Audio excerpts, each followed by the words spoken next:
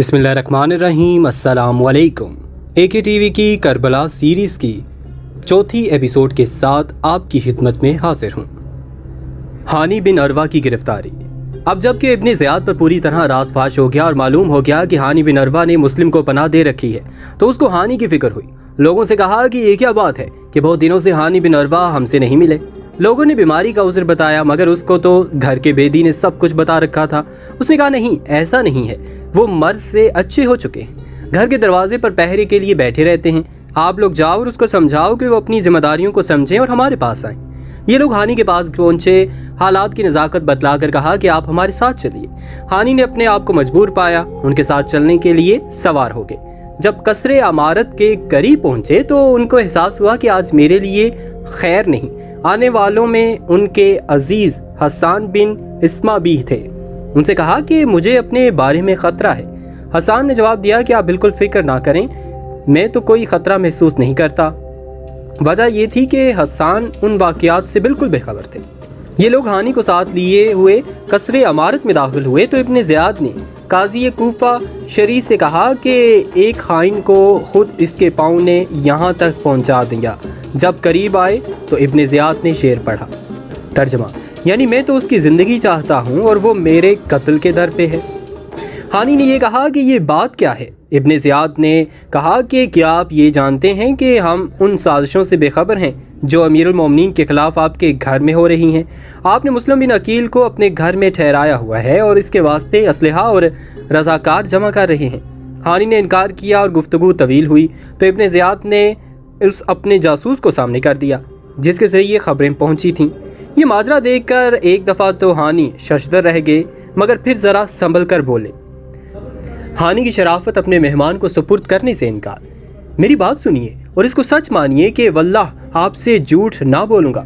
वाकई यह है कि बाखुदा ना मैंने मुस्लिम बिन अकील को बुलाया, ना मुझे उनके मामले की कोई खबर थी। अचानक उनको अपने दरवाजे पर बैठा हुआ देखा और मुझसे मेरे घर में मेहमान होने के लिए कहा। मुझे उनकी बात रद्द करने से हया माने हुई और इसकी वजह से मुझ पर बहुत सी जिम्मेदारियाँ आयद हो गई। मैंने मजबूर होकर अपने घर में दाखिल किया और मेहमान बना लिया, और अगर आप मुझ पर इत्मीनान करें तो मैं अपने घर जाऊं और उनको अपने घर से निकाल दूं और आपके पास आ जाऊं। इब्ने ज़ियाद ने कहा कि खुदा की कसम, आप मुझसे उस वक्त तक जुदा नहीं हो सकते जब तक मुस्लिम बिन अकील को मेरे सुपुर्द ना करते। हानी ने कहा कि मैं हरगिज़ ऐसा नहीं कर सकता कि अपने मेहमान को तुम्हारे सुपुर्द कर दूं और तुम उसे कत्ल कर दो। हाज़िर मजलिस मुस्लिम बिन उम्र ने इब्ने ज़ियाद से कहा कि मुझे इजाज़त दीजिए, मैं उन्हें समझाता हूँ। अलहदा ले गए और कहा कि क्यों अपने आप को हलाक करते हो, मुस्लिम को उनके सपोर्ट कर दो। ये लोग सब आपस में भाई भाई हैं, एक दूसरे से निमट लेंगे, कत्ल ना करेंगे और ना कोई नुकसान पहुंचाएंगे। इस मामले में ना आपको कोई रुसवाई है और ना आर। हानी ने कहा कि इससे ज़्यादा क्या रुसवाई हो सकती है कि मैं अपने मेहमान को इसके दुश्मन के हवाले कर दूं। बाखुदा अगर मेरा यार व मददगार भी ना होता और मैं तन्हा होता, जब भी अपने मेहमान को अपनी ज़िंदगी में इसके सपुर्द ना करता। हानी इब्ने अरवा पर तशद्दुद मारपीट।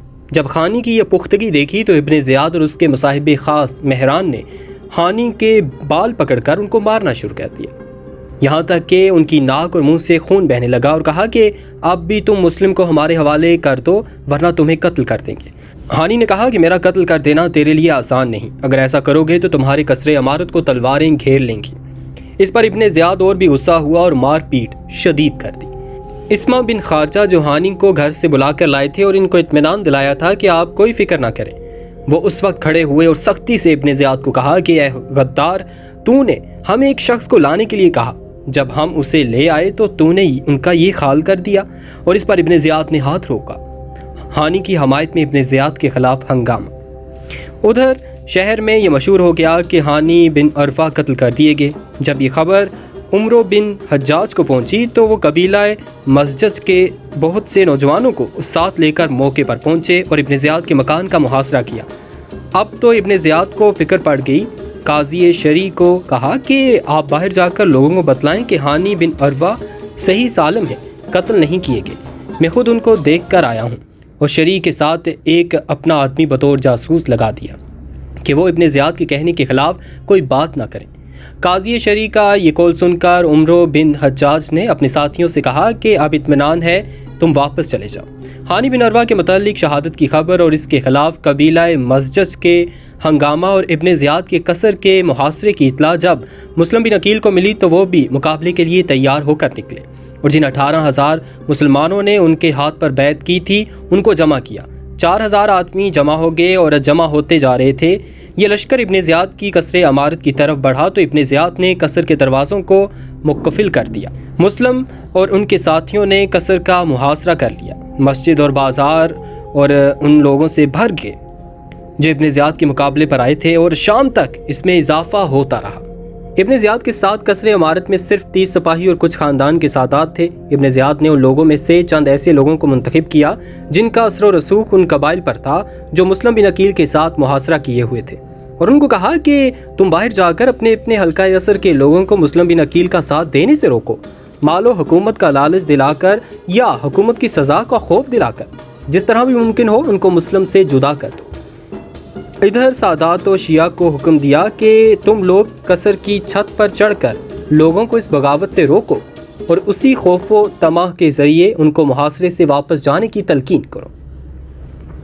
محاصرہ کرنے والوں کا فرار اور مسلم بن عقیل کی بے کسی۔ جب لوگوں نے اپنے سادات شیعہ کی زبانی یہ باتیں سنی تو متفرق ہونا شروع ہو گئے۔ عورتیں اپنے بیٹوں بھائیوں کو محاذ سے واپس بلانے کے لیے آنے لگیں، یہاں تک کہ مسجد میں ابن عقیل کے ساتھ صرف 30 آدمی باقی رہ گئے۔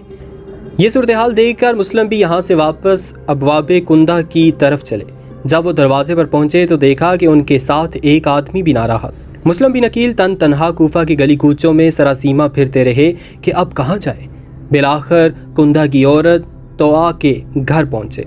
ان کے لڑکے بلال اسی ہنگامے میں باہر آ گئے ہوئے تھے۔ وہ دروازے پر واپسی کا انتظار کر رہی تھی۔ مسلم نے اس سے پانی مانگا، پانی پی کر وہیں بیٹھ گئے۔ عورت نے کہا کہ آپ پانی پی چکے، اب اپنے گھر جائیں۔ مسلم خاموش رہے۔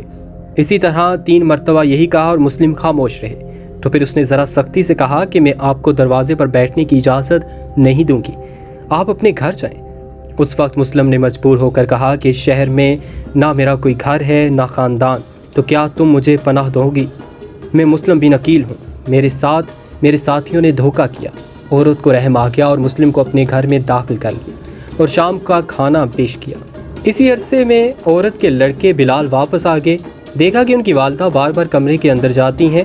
بات پوچھی تو عورت نے اپنے لڑکے سے بھی چھپایا۔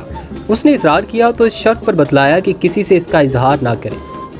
اس طرف ابن زیاد نے جب دیکھا کہ لوگوں کا شور و شغف قصر کے گرد نہیں ہے تو اپنے سپاہی کو بھیجا کہ دیکھو کیا حال ہے۔ اس نے آ کر بیان کیا کہ میدان صاف ہے، کوئی نہیں۔ اس وقت ابن زیاد اپنے قصر سے اتر کر مسجد میں آیا اور منبر کے گرد اپنے خواص کو بٹھلایا اور اعلان کرایا کہ سب لوگ مسجد میں جمع ہو جائیں۔ مسجد بھر گئی تو ابن زیاد نے یہ خطبہ دیا: ابن عقیل بیوقوف جاہل نے جو کچھ کیا وہ تم نے دیکھ لیا۔ اب ہم یہ اعلان کرتے ہیں کہ ہم جس شخص کے گھر میں ابن عقیل کو پائیں گے ہمارا ذمہ اس سے بری ہے، اور جو کوئی ان کو ہمارے پاس پہنچائے گا اس کو انعام ملے گا۔ اور اپنی پولیس کے افسر کو حکم دیا کہ شہر کے تمام گلی کوچوں کے دروازے پر پہرا لگا دو، کوئی باہر نہ جا سکے، اور پھر سب گھروں کی تلاشی لو۔ اس تلاشی کے درمیان جب اس عورت کے لڑکے بلال نے یہ محسوس کیا کہ بالآخر وہ ہمارے گھر سے گرفتار کیے جائیں گے تو اس نے خود مخبری کر کے عبد الرحمن بن محمد بن اشد کو اس کا پتہ بتلا دیا۔ اس نے اپنے باپ محمد بن اشد کو اور اس نے اپنے زیاد کو اس کی اطلاع کر دی۔ ابن زیاد نے محمد بن اشد کی سرکردگی میں 70 سپاہیوں کا ایک دستہ ان کے گرفتار کرنے کے لیے بھیج دیا۔ مسلم بن عقیل کا 70 سپاہیوں سے تنہا مقابلہ۔ مسلم بن عقیل نے جب ان کی آوازیں سنی تو تلوار لے کر دروازے پر آ گئے اور سب کا مقابلہ کر کے ان کو دروازے سے نکال دیا، اور وہ لوگ پھر لوٹے تو پھر مقابلہ کیا۔ اس مقابلے میں زخمی ہو گئے مگر ان کے قابو میں نہ آئے۔ یہ لوگ چھت پر چڑھ گئے اور پتھر برسانے شروع کر دیے اور گھر میں آگ لگا دی۔ مسلم بن عقیل ان کے سب حربوں کا تنہا دلیرانہ مقابلہ کر رہے تھے کہ محمد بن اشد نے ان کے قریب ہو کر پکارا کہ میں تمہیں امن دیتا ہوں، اپنی جان کو ہلاک نہ کرو، میں تم سے جھوٹ نہیں بول رہا، یہ لوگ تمہارے چچا زاد بھائی ہیں، نہ تمہیں قتل کریں گے نہ ماریں گے۔ مسلم بن عقیل کی گرفتاری۔ مسلم بن عقیل تنہا 70 سپاہیوں کا مقابلہ کرتے ہوئے زخموں سے چور ہو کر تھک چکے تھے۔ ایک دیوار سے کمر لگا کر بیٹھ کے ان کو ایک سواری پر سوار کر دیا گیا اور ہتھیار ان سے لے لیے گئے۔ ہتھیار لینے کے وقت ابن عقیل نے کہا کہ یہ پہلی عہد شکنی ہے کہ امن لینے کے بعد ہتھیار چھینے جا رہے ہیں۔ मोहम्मद बिन अशद ने कहा कि नहीं, आप कोई फिक्र ना करें, आपके साथ कोई नागवार मामला ना किया जाएगा। इब्न अकील ने फरमाया कि ये सब महज बातें हैं, और उस वक्त इब्न अकील की आंखों से आंसू जारी हो गए। मोहम्मद बिन अशद के साथियों में उमरो बिन उबैद भी था, जो उनको अमान देने का मुखालिफ था। उसने कहा कि ए मुस्लिम, जो शख्स ऐसा इक़दाम करे जो आपने किया, जब पकड़ लिया जाए तो उसको रोकने का हक नहीं। दोस्तों, ये थी आज की एपिसोड। वीडियो को लाइक और शेयर ज़रूर कीजिएगा। मिलते हैं अगली एपिसोड में। AK टीवी से मुझे दीजिए इजाज़त। अल्लाह हाफ़िज़।